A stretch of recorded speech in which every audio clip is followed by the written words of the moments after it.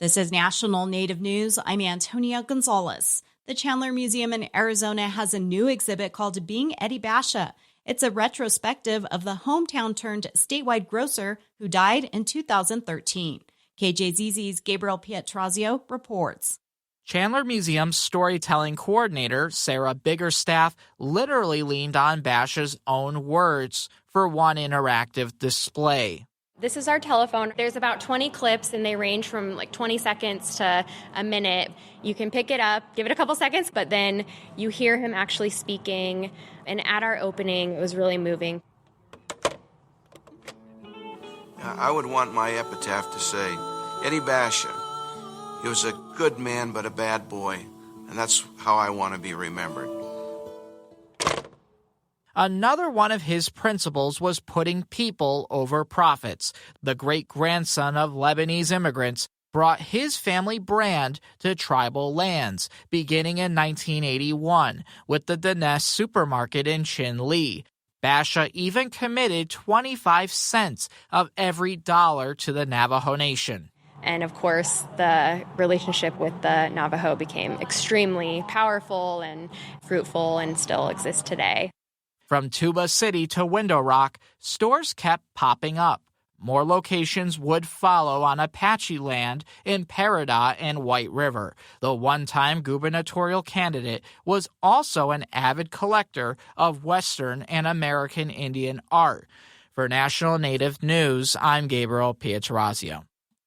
Athletes, coaches, and spectators crowded Main Street in downtown Whitehorse Saturday for the closing ceremonies of the Arctic Winter Games, also known as the Olympics of the North. And Team Alaska had a lot to celebrate. Among the 6 Arctic nations, it led the Ulu Count medal shaped like curved knives, emblematic of Arctic life. Alaska had 227 Ulus, followed by Team Yukon with 174, and Alberta North with 127. As KNBA's Rhonda McBride tells us, Parker Kennick of Nome took home 3 gold Ulus and many lessons about life.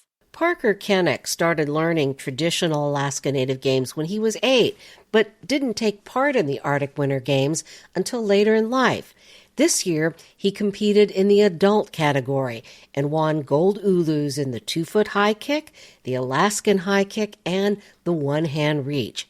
Kennick says he's grateful for community support that made it possible for him to travel to the games. Our spirits get lifted here because there's so many people that want to see us do our best to our absolute limit. Kennick competed in his first Arctic Winter Games in 2023 and says he was lucky to be mentored by some of the best Indigenous athletes in the world.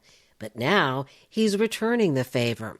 One of his coaches, Candace Parker, says when Kennick first started out, he was quiet and kept to himself.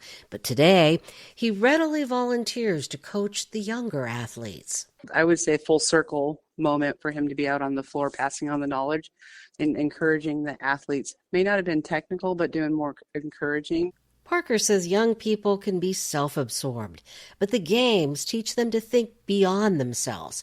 She says it's an important exercise in humility, one that athletes like Kennick have embraced.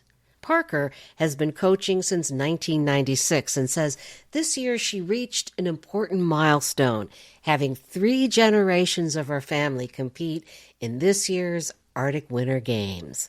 In Anchorage, I'm Rhonda McBride. And I'm Antonia Gonzalez.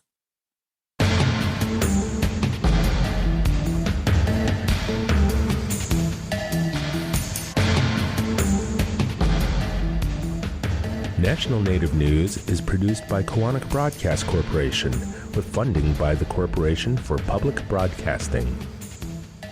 Support by the Gathering of Nations Powwow. The last dance is this April 24th and 25th at Expo, New Mexico. Gon's last horse rider and regalia parade takes place at 4 p.m. both days.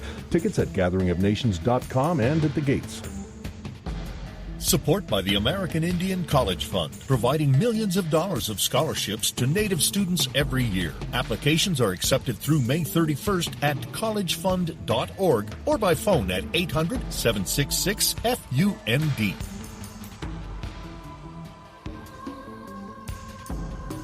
Native Voice One, the Native American Radio Network. The 30th Annual Alaska Native Art Auction, celebrating Indigenous artists and voices, takes place Saturday, March 21st. Corporate sponsorship opportunities are available. Information at kmba.org.